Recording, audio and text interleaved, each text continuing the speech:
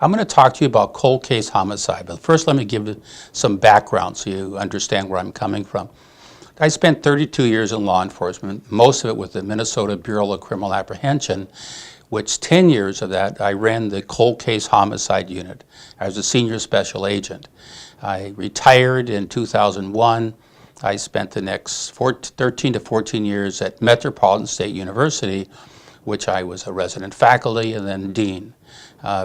What I'm trying to do is bring you to this period of time with talk about cold case homicide and lessons learned.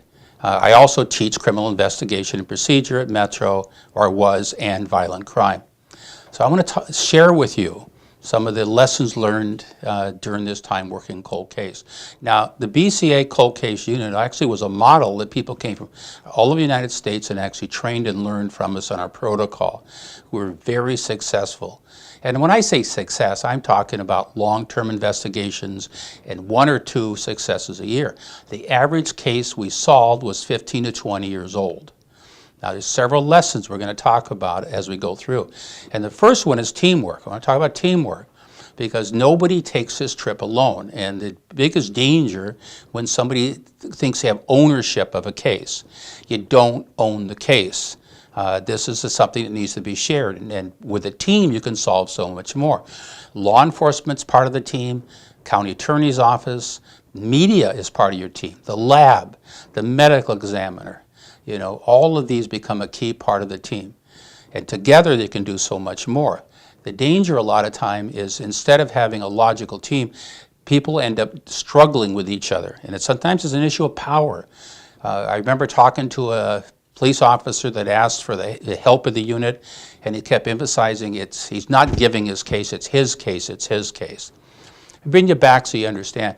BCA is a state agency, and it does not have original jurisdiction on homicide. So the only way BCA is involved in is invited in. Well, as the cold case unit grew, and it grew to a point when I left that we had our own analysts, our own forensic scientists. I was a senior special agent in charge. I had 2 agents assigned, and we'd been invited in, and sometimes it took, up to 2 years before we could literally get to their case. So we were really unique, and what was really unique with it is we were a service. We didn't come to solve your case. We came to help you solve your case, back to that concept of teamwork. We were brought in, and what was unique is we looked at it through more of the eyes of an analyst than another police officer. The issue is teamwork. Teamwork can be a struggle. It sounds so simplistic, but it's not. To bring people together as a team to work together is going to be the first challenge. There's all kinds of competing needs and wants of different people. So I'm going to walk you through each of the parts of the team, and then at the end I'm going to just talk generically about cold case homicide. All right. Interagency cooperation. In my world, when it came, here's how the scenario in a case. You brought the case asked for our help. We analyze and determine if we're going to work with you. I want you to think about business. If you have a business that never succeeds or never has a product, you're not going to survive. When I had agencies come and talk to them, I said, I know you were formed as a cold case unit because of a case, very difficult case, very political case. The danger is to put all your resources in trying to solve that case, because what will happen if you don't solve it, you will not survive. You need to back off and find cases with a higher solvability factor. You need to think about business. With no success, you don't survive. Now, part of also is credit. You're in a conflict because when the media hits a story about cold case homicide, that brings a lot of leads in. But yet agencies want to run the media and they want to get credit for themselves. You have to set the groundwork rules right away. We need to work together. A twin win for success. Working older homicides are very difficult. Like I said, it can be I remember getting a phone call, almost a threatening phone call, on why I was trying to destroy somebody's reputation because we're now looking at their case. Now, you can minimize that by, again, coming as a new asset, a new way, more of an analyst, not taking over because you're better or you're a greater homicide investigator, but a tool to help them be successful. because without them, you are difficult. I've had cases where the investigators kept evidence from us. They didn't share things. We would work very hard and find answers, and they already had the answers. So it's very important you bridge this gap. Working together, encouraging, solving problems. So it can. Now let's look at each of the different components of this team. The county attorney or city attorney or district attorney, whatever your jurisdiction, I highly recommend early in a cold case homicide, actually I recommend this in all homicides, early you target the best county attorney or that you can find. You bring your evidence to that person. You make sure when you get them involved, because there is a difference. You need somebody with ownership that doesn't see this as liability. When I say liability, there's plenty of them saying, why would I take on an older case that might fail? When nobody seems to really want us to do it, versus ownership and being involved. Shopping is very important to try to find the right attorney early that you can have part of it, and bring information to them. Ask for help early and try to bring the best, because they're not all equal. And we all know that if you've been in the field. Let's work through. So the question is, what is the dangers? Is bringing the wrong person. Can there be conflicts? So we want to target early. And the ideal scenario is you have an attorney that's assigned to work with the cold case unit early in it, and one of their best. Media. Most of you, if you're in law enforcement, when I use the term media, you immediately have a negative response. The media is key to your success. I want you to picture. The media needs stories. You have stories. It's your cold case. Timing's critical for it. Bring in, literally set it up and meet with the media. Now I would like, because I was working multi-cases, to have different media involved in different cases at different level. Now, what I wanted is not a 2 to 3 minute blurb on the TV, if that. I need a major story. I need somebody to, when this story comes out, there's tears in people's eyes. And that becomes, and I will bring in family members and everybody else trying to help with the story. I'll work with the lab and have them film people in the lab. I really spend a lot of time, because believe it or not, most people in the media would love to do a story that means something. But you need to realize many of the people in the media are on deadlines that are unbelievable, and you need to understand those deadlines. You need to respect their job, because they become critical. And in working any case, even a normal case, you've got about 3 hits with the media. And with a cold case, why would anybody ever call if they don't know it exists? I need the word out there, and the media is one of the most important tools, a partnership with the media. Media is marketing. Now, by the way, working cold case, I typically would have $10,000 to $20,000 in reward. And that's only, it's about marketing. I want people, why would anybody ever call if they didn't know we were working the case? Why would the phone ever ring? Why would the new leads come our way? They won't without marketing. Now, there's 2 kinds on it. There's a reward, but most people called because they knew information. It's a long time ago. Their life has changed over the years.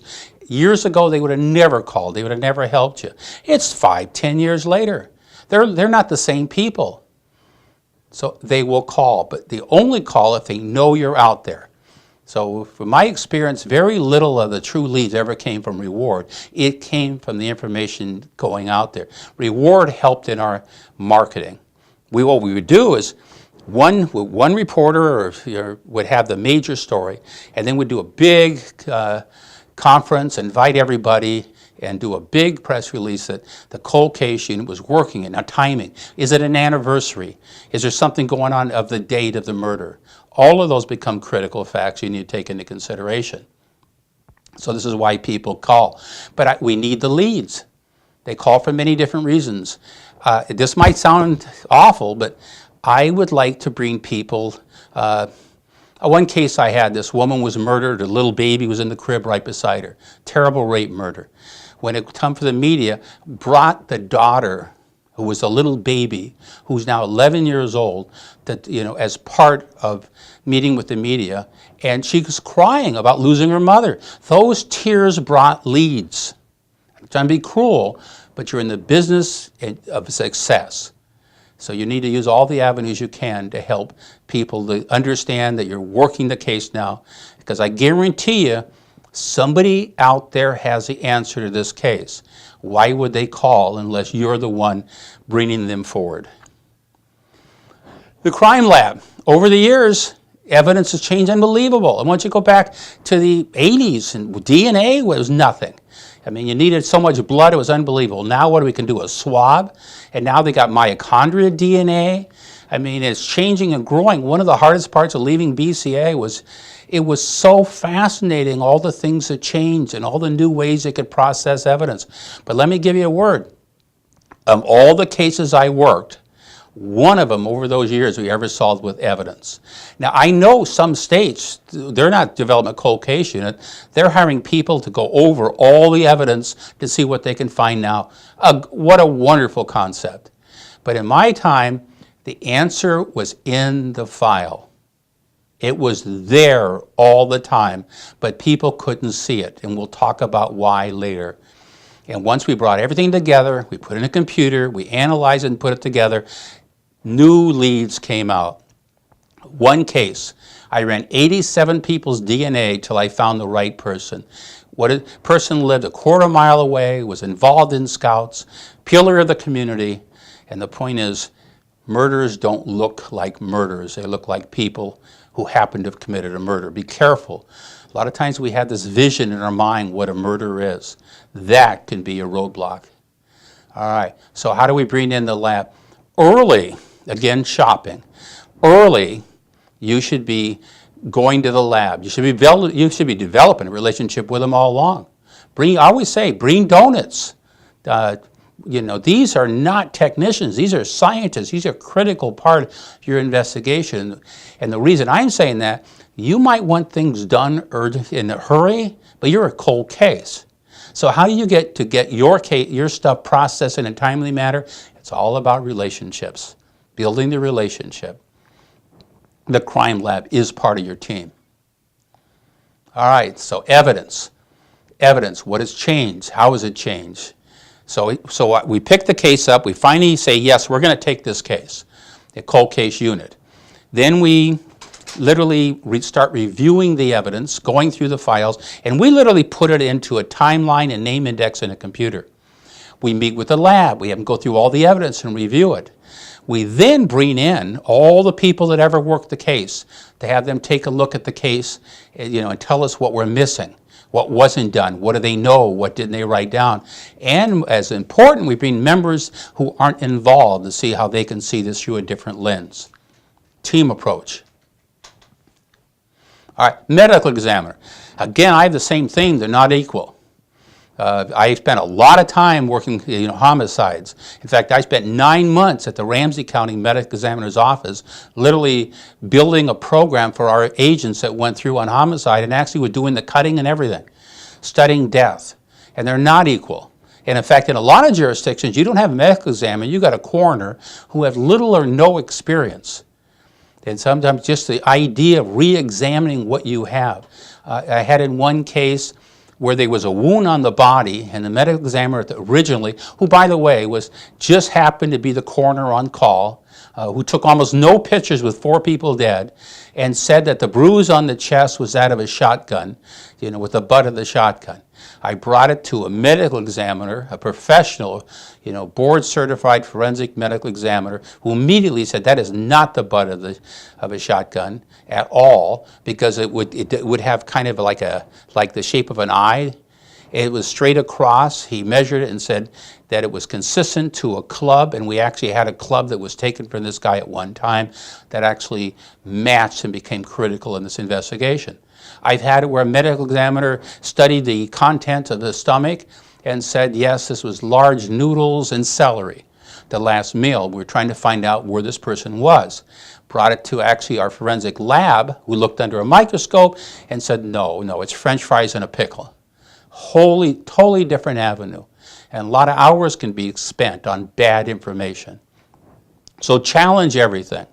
Also with the lab, challenge what they have down. Have other people now years later look at their reports. Find out what's in their notes that never got in the file. You'd be surprised what information is there. And if you're lucky, they kept the evidence and they protected the evidence, and you can reprocess evidence using all kinds of new technology that didn't exist. So the medical examiner, they're not the same. Learn to work with them, build a relationship with them. They're not all equal. So there becomes your, and all of this builds on relationships. Okay, cold case unit.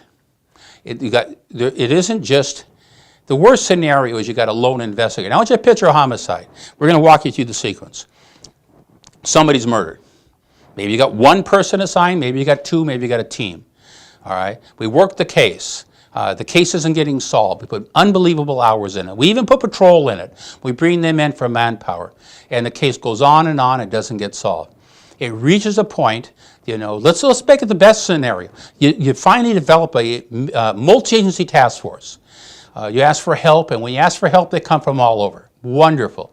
From different agencies. You work the case. Now, by the way, the rule of a task force is not to solve the case. It's to get a lot of work done in a shorter period of time. The reason that's important, because when your task force doesn't solve the case, it doesn't fail. It got a lot of work done in a short period of time. If you claim the task force is going to solve the case, then at some point when it shuts down and goes back to a small group investigation, it appears failure. So that's the purpose of a task force. Now with that, it doesn't get solved, let's say, and at some point we're going to rework the case. Now here's what I found over the years. Many people dabble in a homicide, and this is the worst scenario in the world. They pick it up, they play with it, put it back on a shelf. That's not a cold case investigation. Sometimes the evidence gets misplaced because of this. Sometimes the chain of evidence gets broke because of this. This is real business. This isn't playing, and it takes a different skill set, by the way. All right, and involved in this unit are investigators. You need to set protocol. How are things handled? All right. Also involved in this is an analyst. Now the investigator, when I first started in the unit, I had to be the analyst and investigator. And I was literally trained as an analyst for this unit, working with other analysts. But we're going to take the best scenario. And I'm going to explain why it's important. The crime lab, or advisors from the crime lab, attorney, these are part of the unit. Somebody you can draw upon on legal questions. We had a lot of questions on how we can do things. One of the issues you need to realize is the murder happened back 20 years ago. The law you work with is 20 years ago, not today. Now profilers, and other resources. There's many resources, and you need to be able to bring as many things in you can as you put this unit together. To resolve it. It isn't, the goal here isn't that you have this super investigator that's better than everybody else, that you have a team that's waiting to look at, analyze, and take this thing apart to a point that even I would hate somebody taking my case, I'd love it but hate it, to take a case apart at that avenue, because I guarantee everybody makes mistakes. The unit's to find the mistakes. Moving and technology. All right. What are the skill sets? We need everything from typing to know how to do a PIN register, to know how to do a T3, in other words, search warrants. We're talking about all the different tools. We need literally interviewing skills. We need so many different, but the focus, what's different, it's a long-term focus. Most law enforcement is geared towards the short term, and if it becomes long-term, other things happen. In other words, another case, and all of a sudden this case ends up on a shelf. So we need a unit with a long-term focus and the support, which I'll talk about towards the end of this when I talk about lessons learned. You have to have a lot of support to be successful throughout the agency. Because really, you're using a lot of resources, and I don't know any police agency that has so unbelievable amount of resources that they can go and work and not assign people to current problems. It was working in the BSA cold case unit was like a pearl. I could literally dictate what cases I have or will take. I could dictate the amount of time. We were left alone, and we were literally protected by the assistant superintendent, so we could put the time, because what happens, another case happens that's urgent, and all of a sudden everybody's pulled off the unit if you don't have somebody protecting you. That this is a major, major purpose of this unit. All right, analyst. Analyst is not somebody that makes copies. Analyst is a critical component. In fact, if I had a choice between an analyst and 2 investigators, I would take an analyst any day. It becomes critical. I'm going to explain to you because information's power. I said before, the answer is in that file, but nobody can see it. How do we find it? So we're going to look at and review this large amount of data, because information is power. How do we find the answer if it's locked inside many, many things? And it's not a clerk. It isn't to make your coffee.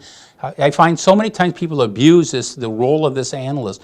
It is one of the most critical components. In fact, I used to joke, because for the first part of it, I literally would do in the analytical work, that I literally have a typewriter, I age myself, or a computer hooked on my side rather than a gun, because I needed to analyze in this case and find those answers because they're in there. All right, case selection talked about. Be careful if you're a new unit, be careful that you don't pick something with a low probability. And 2 is there any evidence? Is there any evidence at all? Is there any witnesses? What is the probability of solving the case? And victimology even matters. I hate to sound cruel. Will you get the resources? Will you get the media? So case selection is important, but not one of this Wallenhouse case I worked was probably when we looked at the criteria for case selection, very low probability, and yet it became one of the biggest cases we worked because we had such community support that gave us so much power and influence in this case. But you got to be hard-nosed. You got to pick cases with a high probability and don't put all your eggs in one basket that fails and wonder why your unit never survived. All right, case selection. In the beginning, be very careful.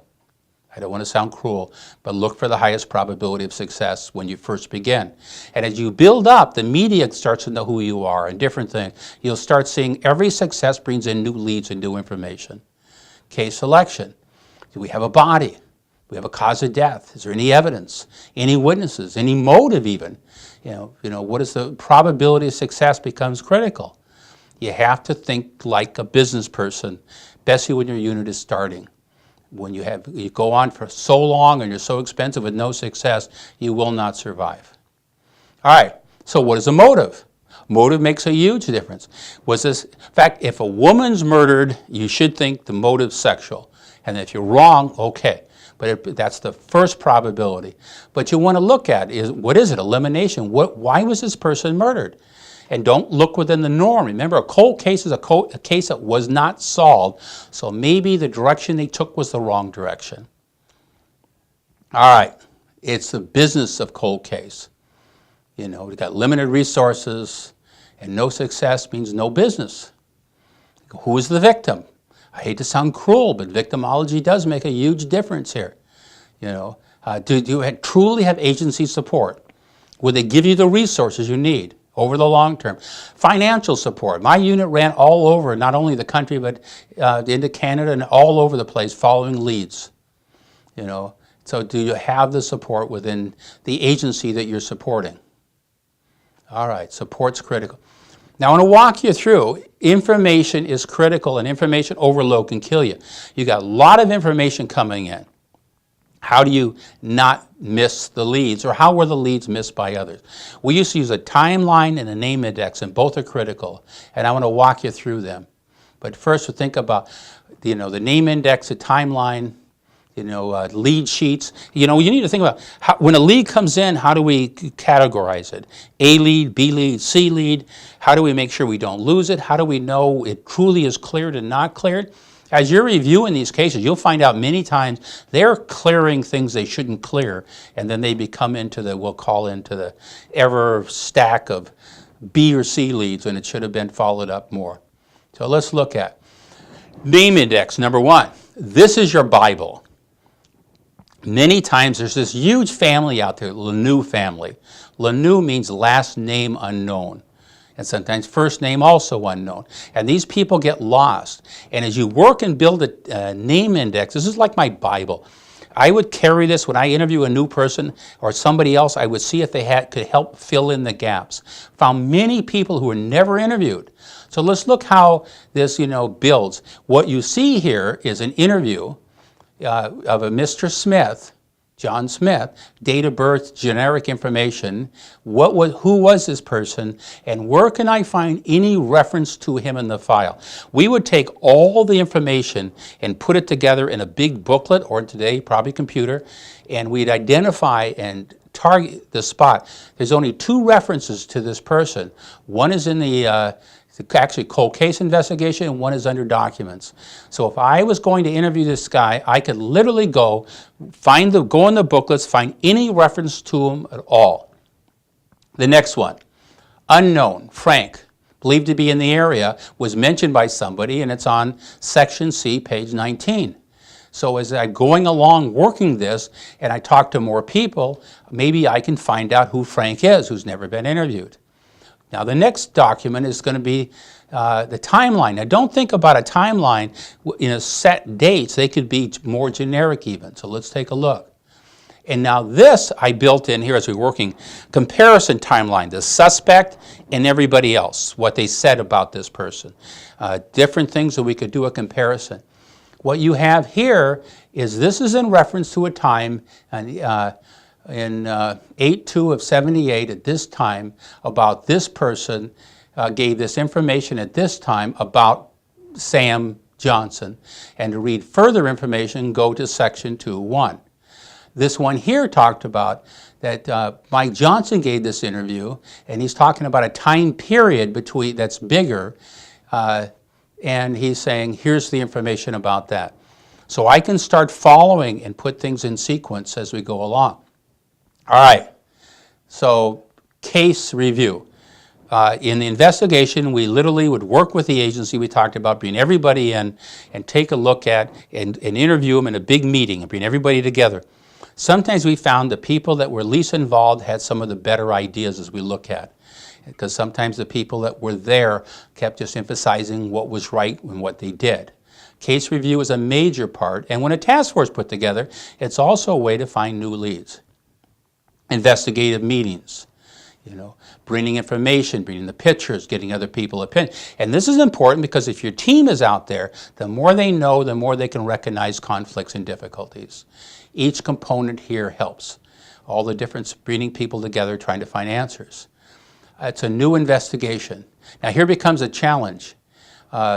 And we're going to use rewards, we're going to use marketing, we're going to use the media, we're going to timing anniversary dates, we're going to try to get all the support we can. We're going to get computer support, we're going to get financial support, and now we look at why cases fail. I'll talk about it more towards the end. Is a lot of times it fails because early in an investigation, everybody decides what the answer is.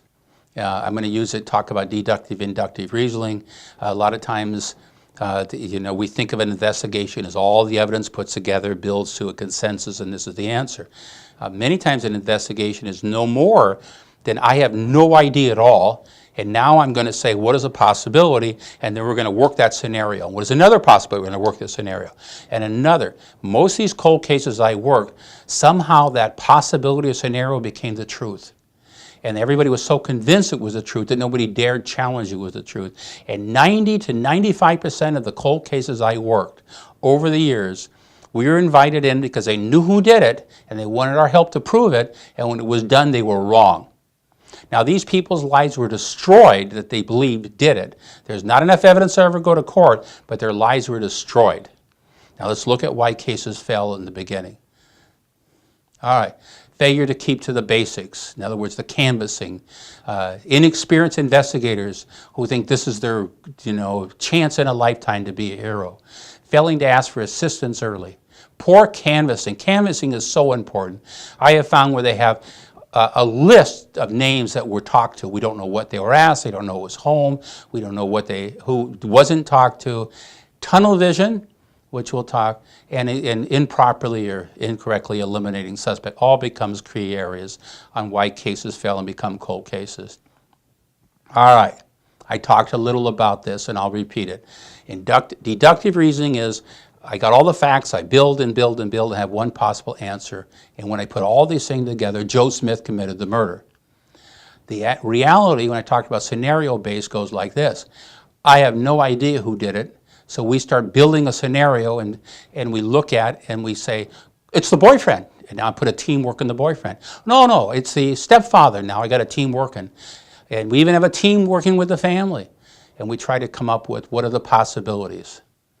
That becomes, and that's the more logical, and that's high probability in a cold case. The danger is when you think you know the answer and that becomes the criteria.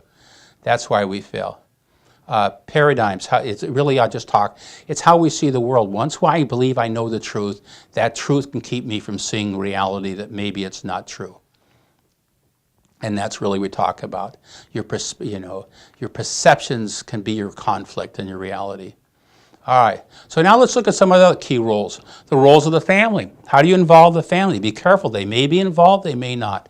So we involve them in the investigation, and we keep them informed, but we always have with the understanding up front with them what we can share and what we can't. You don't want to be re-victimizing them. But yet you can't open the door completely because you don't know the answer. So, and they can be critical and help you. They can work with the media, they can work getting new information out and getting new information in. Each of those. Success, I need the support at the top. I need the resources. I need the time is important for us. So each of those help us as we build towards success. Okay, your role as a motivator, a partner, a team builder, using great care regarding cases of others. Have respect for them, even if they weren't successful. Maybe you wouldn't have been. All right, working together. Don't break their trust, because I tell you, a lot of times you get involved in cases because you didn't violate the trust of others on other cases. Don't talk behind their back. Don't disrespect these people. At the time, they did their very best. In other words, this thing called emotional bank account. Everything you do builds that relationship, that partnership, and that partnership's why people call you. Don't violate their trust. Lessons learned over the time working cold case. I want to end with this and talk about the lessons learned. Case selection is critical. Solvability factor. Take a good look. What are your resources? Think long-term longevity. Personalities and interagency cooperation. Be careful. What do people want? How are the conflicts?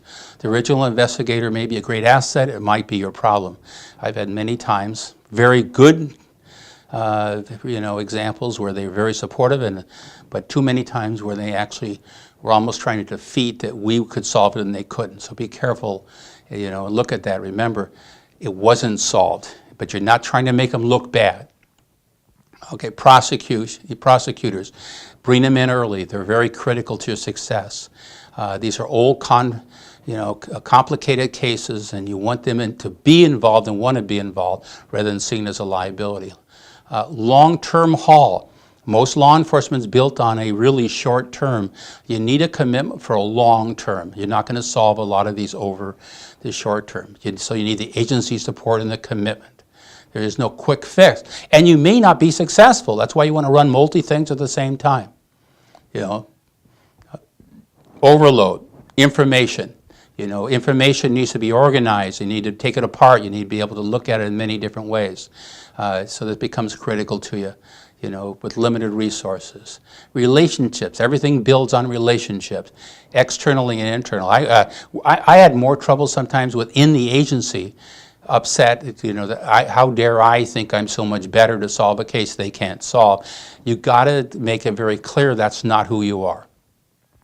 So each of those. Support from the top. Our unit started because the assistant superintendent at the time went to a conference who talked about cold case homicide, and he came back and said, we want to start a unit because no way somebody should commit a murder and do something of this magnitude and get away with it over time. So he was the buffer and the protector. By the way, when he got promoted and became the superintendent, the unit started having problems because a new person in charge didn't have the same dedication in protecting the team, and over the long term. So you really need support at the top. All right, open mind. Many of these cases fail because the agency or whoever's involved know the answer. I had a lot of problem and had a lot of people go through the unit that didn't survive because they read the material, they read the information, they knew the truth to be what the agency said, because it was so convincing, and no longer could they have an open mind. And this became really a critical part. Being proactive, try new things, try new ideas, new avenues, new way of looking at things. Look at new evidence and new possibilities, each of those. And again, what solves cold cases? New technology, DNA, fingerprints, going back to the basics, re-interviewing, re-investigating. Remember, the person, just because somebody gave you a statement, that doesn't mean that's the correct one. So you have to go back and refocus and start almost from ground one. I wrote an article that's going to help and summarize everything we talked about. It's called The Disease of Certainty, and it was in the March 2012 FBI Bulletin.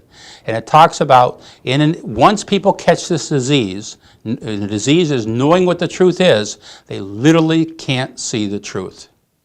And I want to end there and say that this would be critical. Take a look at this if you're interested. And the best of luck. And I appreciate the opportunity to share this with you, and I hope for some of you this really helps. Have a good day.